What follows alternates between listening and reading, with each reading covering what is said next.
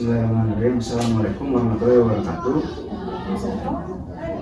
Ibu, perkenalkan saya calon guru penggerak angkatan 7 Kabupaten Bandung. Di sini saya meminta waktu Ibu dalam kegiatan demonstrasi kontekstual terkait tugas saya sebagai guru penggerak, di mana pada tugas ini saya diminta untuk mewawancarai 2-3 pemimpin sekolah, ya bisa disebut sebagai kepala sekolah, terkait kebijakan itu dalam membuat suatu keputusan. Nah, dimana pasti dalam setiap keputusan itu seorang pemimpin pasti memerlukan pertimbangan-pertimbangan, yang mana pertimbangan tersebut akan menjadi sebuah dilema etika ataupun rujukan moral. Seperti itu, ya, seperti itu, Bu.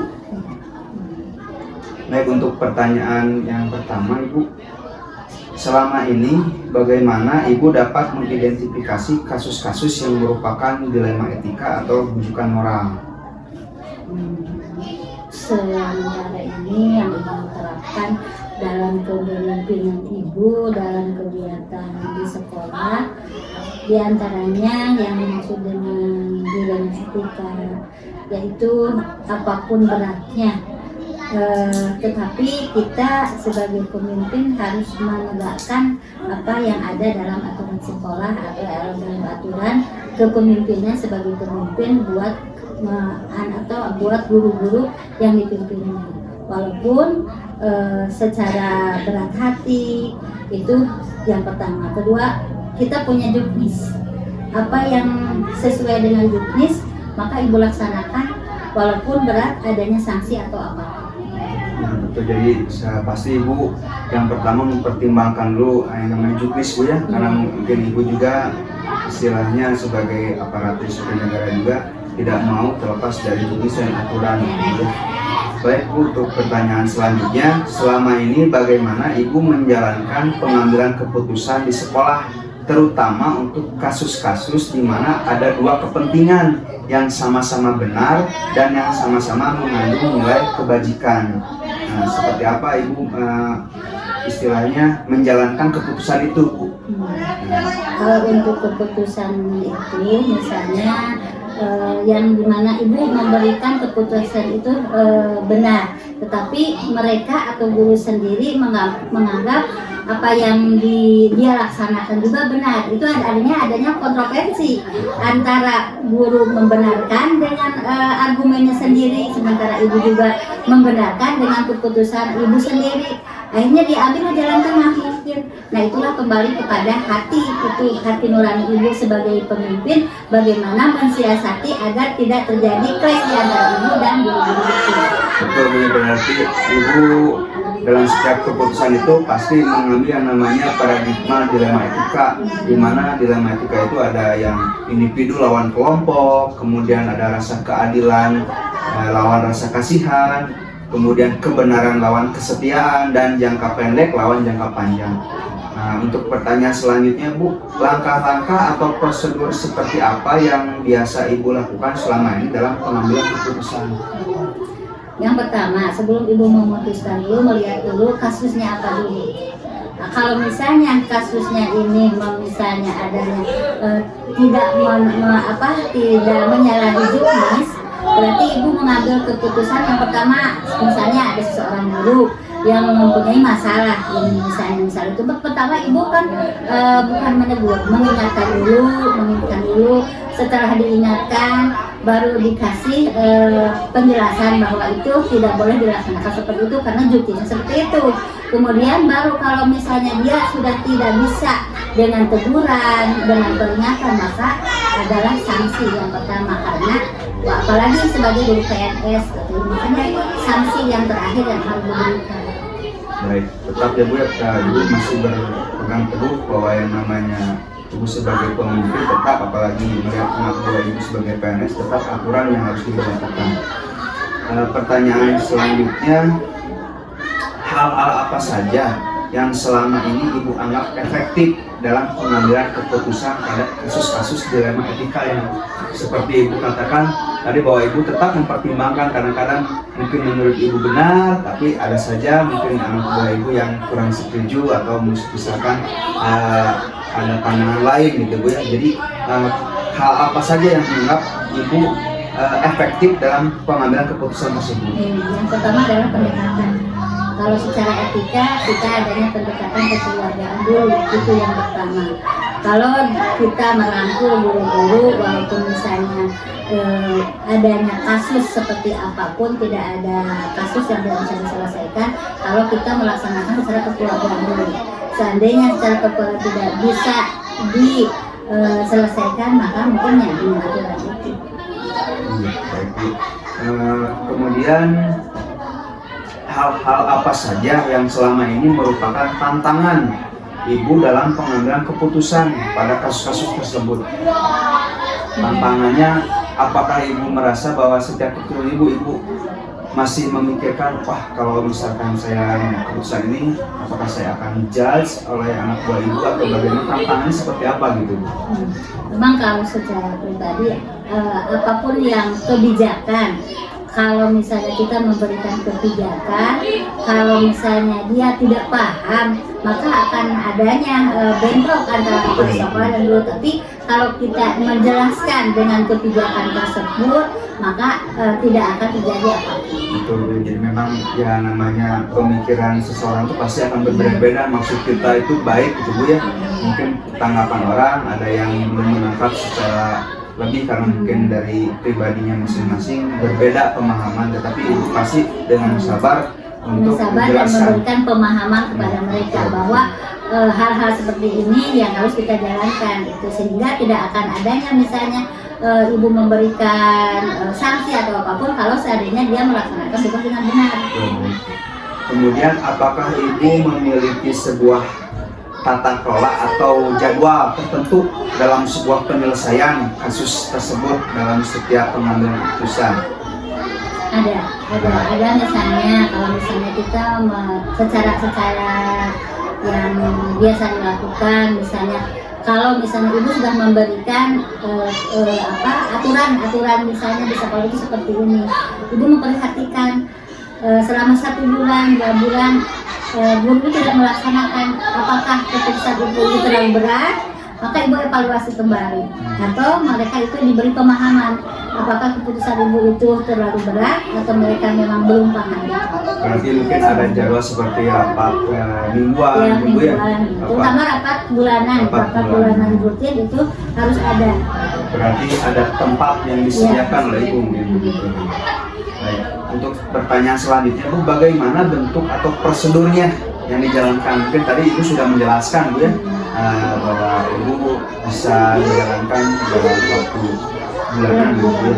Nah, berarti prosedurnya Ibu agendakan gitu Bu, seperti itu. Biasanya itu salah satu. Yang pertama, Ibu jadwalkan dalam 1 bulan itu ada pertemuan antara semua personil sekolah, terutama yang pertama adalah untuk menjalin silaturahmi dan persaudaraan, kedua untuk menyampaikan informasi kedinasan, dan kemudian yang kedua untuk mengingatkan kembali tupoksi kita masing-masing, Ibu sebagai kepala sekolah, guru sebagai guru, dan personil lainnya pun seperti itu. Baik, adakah seseorang atau faktor-faktor apa yang selama ini mempermudah atau membantu Ibu dalam pengambilan keputusan dalam kasus-kasus dilema etika? Ada yang membantu Ibu di sekolah? Ada biasanya guru-guru senior yang memang kita kadang-kadang Ibu sharing terutama yang guru yang sudah senior, yang sudah pengalaman, yang sudah lama di sekolah ini, Ibu sharing kenapa menjadi seperti itu, kemudian Ibu sharing dengan mereka hal apa yang harus kita sepakati bersama supaya tidak terjadi masalah. Baik Bu, pertanyaan terakhir Bu ya, dari semua hal yang telah disampaikan, pembelajaran apa yang dapat Ibu petik dari pengalaman Ibu dalam mengambil sebuah keputusan dilema etika? Pertama, memang secara hati memang kadang-kadang kita apalagi dengan kondisi lingkungan yang mendekati lingkungan kita misalnya. Tetapi kembali lagi, kita tugas sebagai pemimpin itu bukan hanya mengerjakan secara administrasi, tapi membina, bahkan membina bukan ke moral, tapi keperbaikan para guru-guru sendiri. Itu kembali lagi kepada, dan kita sebagai pemimpin ada pertanggungjawaban yang penuh, bukannya kepada dinas, tapi ada yang lebih utama adalah kepada Allah kita. Itulah yang paling utama. Seandainya kita melaksanakan walaupun kita belum baik, minimal kita berusaha untuk baik menjalankan tugas kita sebagai pemimpin, di mana nanti seandainya kita di yaumil akhir tidak ada tuntutan bahwa kita sudah melaksanakan kepemimpinan kita sebagai pemimpin dengan apa yang sesuai dengan tugas itu. Ibu, alhamdulillah Ibu memang yang namanya seorang pemimpin merupakan sebuah amanah Bu ya. Tapi kan amanah itu kalau di pikiran kita itu sesuatu yang memberatkan, tetapi itu hanya di dalam pikiran kita. Ternyata setelah kita laksanakan bahwa amanah itu memang merupakan sebuah ujian bagi kita, di mana Allah mempercayakan begitu ya kepada seseorang dalam memangku jabatan. Contoh realnya Ibu sebagai pemimpin di sekolah, selaku kepala sekolah. Baik Ibu, terima kasih atas waktunya. Sama-sama. Mudah-mudahan dengan apa yang saya tanyakan kepada Ibu dapat membuat diri saya bisa mengembangkan, terutama dalam modul ini saya dituntut sebagai pengambil keputusan, di mana keputusan tersebut terdapat nilai-nilai warahmatullahi wabarakatuh. Bismillahirrahmanirrahim. Assalamualaikum warahmatullahi wabarakatuh. Ibu, perkenalkan saya CGP Angkatan 7 Kabupaten Bandung. Di sini saya meminta waktunya kepada Ibu selaku pimpinan kepala sekolah dari SD Mekarjaya 2 terkait tugas saya pada demonstrasi kontekstual modul 3.1, di mana pada kesempatan ini saya akan bertanya kepada Ibu terkait keputusan-keputusan yang mengandung nilai-nilai kebajikan. Baik, untuk itu mungkin saya akan langsung melakukan wawancara ini, Bu. Ya. Yang pertanyaan pertama, selama ini bagaimana Ibu dapat mengidentifikasi kasus-kasus yang merupakan dilema etika atau bujukan moral? Mungkin Ibu akan jawab ya. Ya, Bu. Dari pengalaman kita bekerja pada institusi pendidikan, kita sering dihadapkan pada bujukan moral dan dilema etika. Pada kondisi bujukan moral, kita pasti dapat berpegang pada aturan dan norma yang berlaku. Karena dalam bujukan moral, pilihan yang ada adalah salah satu benar, akan tetapi berbeda hanya jika kita dihadapkan pada situasi dilema etika. Kita telah mengetahui bahwa dilema etika adalah hal berat yang harus dihadapi dari waktu ke waktu ketika kita menghadapi situasi dilema etika, yaitu situasi yang bertentangan seperti cinta dan kasih sayang, kebenaran, keadilan, kebebasan, persatuan, toleransi, tanggung jawab, dan penghargaan akan hidup. Mungkin itu jawabannya. Ya Ibu, baik, pasti Ibu memahami pasti problematika dinamika yang terjadi saat Ibu memimpin dan memutuskan keputusan Ibu itu. Baik, untuk pertanyaan selanjutnya Ibu, selama ini bagaimana Ibu menjalankan pengambilan keputusan di sekolah Ibu, terutama untuk kasus-kasus di mana ada dua kepentingan yang sama-sama benar atau sama-sama mengandung nilai kebijakan? Keputusan yang tepat dan bijak akan sangat berpengaruh dalam perubahan pendidikan di Indonesia yang lebih maju. Jadi, dalam kasus dilema etika, terlebih dahulu dilakukan pengumpulan data atau menganalisis masalah, membuat alternatif, solusi, dan diambil keputusan, lalu direfleksikan gitu. Berarti Ibu tetap mencari fakta-fakta terlebih dahulu, gitu Bu ya. Baik, pertanyaan selanjutnya, langkah-langkah atau prosedur seperti apa yang Ibu lakukan selama ini dalam pengambilan keputusan? Di sini saya melakukan 7 langkah proses pengambilan keputusan. Yang ke satu, mengidentifikasi keputusan yang perlu diambil. Yang kedua, kumpulan informasi relevan. Yang ketiganya, cari solusi alternatif. Nah, yang keempatnya, mempertimbangkan bukti. Terus yang kelimanya, pilih dari sejumlah alternatif. Yang kelimanya, ambil tindakan. Dan yang ketujuh, tinjau keputusan dan pengaruhnya baik dan buruk. Berarti Ibu secara prosedural menjalankan tahapan demi tahapan itu demi mencapai keputusan yang tidak merugikan kedua belah pihak, gitu ya. Baik Bu, hal-hal apa saja yang selama ini Ibu anggap efektif dalam pengambilan keputusan pada kasus-kasus dilema etika? Jadi mengambil ini sebelumnya ya, mengambil keputusan terdapat 9 langkah yang dapat disusun untuk memadu kita dalam mengambil keputusan dan menguji keputusan dalam situasi dilema etika yang membingungkan. Karena apa? Karena adanya beberapa nilai-nilai yang bertentangan, di antaranya mengenai, jadi satu ya, mengenali bahwa ada nilai-nilai yang saling bertentangan dalam situasi dengan cara mengidentifikasi dan menyaring masalah yang berhubungan dengan etika, sopan santun, dan norma sosial. Yang kedua, menentukan siapa saja pihak yang terlibat dalam situasi tersebut. Yang ketiga, jadi mengumpulkan fakta-fakta yang relevan. Tuh. Dalam hal ini kita dapat menggunakan salah satu teknik ya, teknik cooking dan kompetensi sosial emosi teknik. Nah, yang keempatnya, menguji benar atau salah.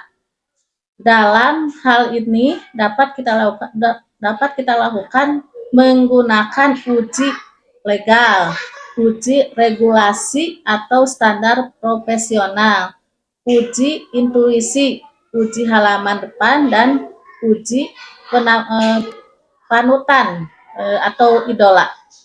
Yang kelimanya, menguji menggunakan 4 paradigma benar lawan benar. Yang keenamnya, melakukan prinsip resolusi dengan menggunakan 3 prinsip. Jadi pengambilan keputusan yaitu berbasis hasil akhir, berbasis peraturan, dan berbasis rasa peduli. Yang ketujuhnya, investigasi opsi trilema, yaitu munculnya sebuah gagasan baru yang kreatif saat kebingungan dalam pengambilan keputusan. Yang ke-8-nya, buat keputusan. Yang ke-9 terakhir, lihat keputusan dan prekresian. Dalam hal ini salah satu langkahnya yang dapat kita gunakan adalah teknik 1A, inquiry. Terus menggunakan konsep bagja yang berarti buat pertanyaan, ambil pelajaran, gali mimpi, jabarkan rencana, dan alur eksekusi. Mungkin itu jawaban yang selanjutnya. Baik Ibu, dari langkah-langkah yang Ibu tadi paparkan, bagaimana bentuk atau prosedur yang dijalankan oleh Ibu selama ini? Jadi di sini saya menyelesaikan masalah pada hari itu juga ya, agar masalah tidak berlarut-larut, serta melibatkan semua pihak yang dapat membantu menyelesaikan masalah. Apabila perlu, saya juga akan menghubungi pengawas dan komite. Berarti apakah ada tata kelola atau jadwal tertentu dalam pelaksanaan Ibu untuk mengambil keputusan tersebut terkait yang tadi Ibu paparkan? Ya, ada. Jadi saya selalu melibatkan Dewan Guru dalam menyelesaikan masalah. Dan apabila perlu saya juga akan menghubungi pengawas dan komite sama seperti yang sama ya. Baik Ibu, terima kasih atas waktunya. Mudah-mudahan dari wawancara ini saya mendapatkan pengalaman yang baru dari Ibu sebagai pemimpin sekolah, khususnya kepala sekolah di SD Mekarjaya 2. Ini mungkin juga sebagai pengembangan kompetensi diri saya terkait modul yang sedang saya ampu pada pendidikan guru penggerak ini. Baik Ibu, terima kasih. Ya, sama-sama. Assalamualaikum warahmatullahi wabarakatuh. Waalaikumsalam warahmatullahi wabarakatuh. Bapak, saya meminta waktunya. Ya, Saya di sini ditugaskan untuk wawancara terkait tugas saya sebagai calon guru penggerak Ya. Angkatan 7 Kabupaten Bandung, di mana pada kesempatan ini saya akan melanjutkan tugas demonstrasi kontekstual, Pak. ya, Nah, terkait modul yang saya ampu ini, di mana pengambilan keputusan dengan nilai-nilai kebajikan. Mungkin sebelumnya saya mengucapkan terima kasih kepada Bapak Agus selaku Sama-sama. pimpinan saya juga di sini sebagai kepala sekolah SD Mekarjaya 01. Nah, di mana pertanyaan yang saya buat pasti Bapak banyak sekali kaitannya dengan tugas Bapak seorang pemimpin di sekolah. Baik Pak, untuk selanjutnya saya akan bertanya, diawali dengan pertanyaan bagaimana Bapak dapat mengidentifikasi itu kasus-kasus yang merupakan dilema etika atau bujukan moral. kasus yang menyangkut dilema etika, misalkan, contohnya, Ya, bisa Bapak apakah dalam mengidentifikasi kasus ini, apakah Bapak banyak mendapatkan tantangan yang seperti apa gitu Bapak, atau bujukan moral yang seperti apa? Apakah Bapak sering berhadapan dengan kasus-kasus seperti itu Pak? ya, alhamdulillah. Kalau tantangan tidak begitu, cuman kasus-kasus etika moral barangkali masalah orang tua ketika anaknya mendapat bantuan, di satu anak dapat, di satu anak yang ini tidak dapat, kadang-kadang orang tua jadi timbul permasalahan. Nah, akhirnya ya mau tidak mau dari sekolah ya memberi penjelasan lah begitu, barangkali seperti itu. Nah, itu barangkali salah satu contoh Salah seperti satu itu. contohnya Pak, yang Betul. memang kasus yang Bapak barusan contohkan itu karena pasti bakal akan menjadi suatu dilema ya Ya, Pak. Di itu. sisi lain Betul. orang tua di sini banyak yang tidak mampu, tetapi di Betul. sisi lain mungkin masih ada kesempatan yang mereka dapatkan itu merupakan indikatornya itu bukan dari sekolah tapi langsung dari pusat. Dari pusat, nah, seperti itu. Selama ini bagaimana Bapak menjalankan pengambilan keputusan di sekolah Bapak, terutama kasus-kasus di mana ada dua kepentingan yang sama-sama benar atau sama-sama mengandung nilai kebajikan? Barangkali kasus-kasus di sekolah, salah satu misalkan begini ya. Jadi ketika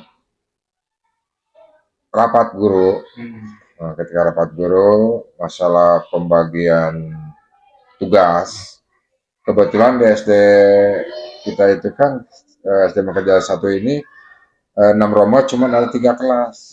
Nah, jadi mengatur supaya kadang-kadang guru pengen kelas pagi Pak, saya pengen pagi gitu. Nah, akhirnya saya ngambil keputusan yang tidak merugikan semua pihak, atau minimal akhirnya ya kelas 1, 2, 3 bisa pagi, kelas 4, 5, 6 bisa siang. Nah, itu salah satu contoh keputusan yang mau tidak mau harus diikuti lah. Meskipun bertentangan dengan kehendak guru. Kadang-kadang Pak saya pagi atau Pak saya siang, dengan kesibukan barangkali ya ada di luar jam dinas pekerjaan, dia ada misalkan mengantar anaknya sekolah. Nah, seperti itu barangkali. Pasti banyak problematika ya Pak. Betul. Dengan keputusan yang Bapak itu. putuskan. Baik, dari contoh-contoh yang sudah Bapak tadi utarakan, langkah-langkah atau prosedur seperti apa yang biasa Bapak lakukan selama ini dalam mengambil keputusan? Yang mengambil keputusan barangkali ya melalui rapat, guru-guru dirapatkan bersama. Ini salah satu contoh yang tadi. Terus masalah yang dengan orang tua, contoh untuk kegiatan kelas 6, menghadap ujian, barangkali melalui rapat. Semua insya Allah lah di sini tidak mengambil keputusan bagaimana pihak sekolah, tapi bagaimana hasil keputusan baik dengan guru, masyarakat, barangkali seperti itu. Berarti semua pihak dilibatkan. Semua pihak. Baik. Hal-hal apa saja yang selama ini Bapak anggap efektif dalam pengambilan keputusan pada kasus-kasus dilema etika? Yang efektif ya barangkali harus ini aja, harus apa? Coba saya nama naon, saklek gitu. Jadi harus tegas, barangkali seperti itu. Barangkali itu aja yang nanti disampaikan. Hal-hal apa saja yang selama ini merupakan tantangan dalam mengambil keputusan pada kasus-kasus tersebut, Pak? Ya, yang menjadi tantangan ya barangkali ada yang menolak, itu udah jelas. Nah, sekolah ya tidak bisa mengikuti aturan dari yang menolak karena kepentingan kebersamaan, manfaatnya untuk bersama, barangkali seperti itu. Ya tantangannya banyak yang menolak, yang kurang setuju atau yang komplain, barangkali seperti itu. Yang mungkin itu dilema seorang pemimpin, Betul. Apakah Bapak memiliki sebuah tata kelola atau jadwal tertentu dalam sebuah penyelesaian kasus tersebut? Nah, kalau di sekolah kebetulan di sini ya mau tidak mau ada bagian guru-guru. Kalau di sekolah tingkat tinggi itu ada guru BP. Jadi di sini kan barangkali kalau untuk masalah tersebut ya ditugaskan salah satu orang guru untuk nanti guru itu ketika permasalahan dianggap tidak berat ya bisa diselesaikan oleh guru. Kalaupun berat ya akhirnya ya kerjasama dengan kepala sekolah atau dengan guru lain ya untuk menyelesaikan masalah-masalah tersebut. Biasanya itu terjadwal. Terjadwal. Bisa disebutkan jadwal rentangnya gitu, durasinya seperti apa? Gitu? Misalkan 2 minggu waktu hari, ya misalkan 1 minggu sekali atau 2 minggu atau 1 bulan, begitu. Jadi tadi Bapak sudah juga jelaskan tentang prosedurnya seperti apa, jadwalnya seperti apa. Betul. Bahkan Bapak juga menyebutkan dalam setiap kasus atau dilema etika yang Bapak akan putuskan gitu Pak, Bapak juga selalu meminta atau sharing dengan guru-guru Bapak, mungkin ada yang bisa diberikan masukan kepada Bapak dalam setiap pengambilan keputusan. Baik Pak, ini pertanyaan terakhir Pak. Dari semua hal yang telah disampaikan Pak, pembelajaran apa yang dapat Bapak petik dari pengalaman Bapak dalam mengambil keputusan dilema etika? Jadi pembelajaran dalam mengambil keputusan harus bisa berpikir atau menerima konsekuensinya. Jadi kadang-kadang yang tadi dia setuju enggak, ya harus siap menerima konsekuensinya, tapi dalam hal positif. Jadi tidak menggunakan kekerasan, barangkali begitu. Ya, nah seperti itu barangkali.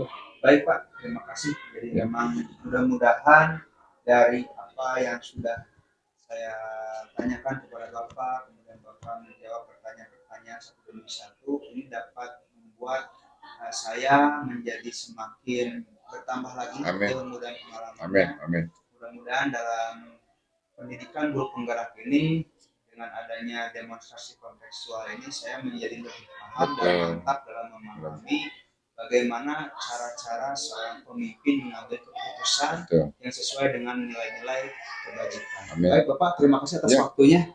Sama-sama. Assalamualaikum warahmatullahi wabarakatuh. Waalaikumsalam.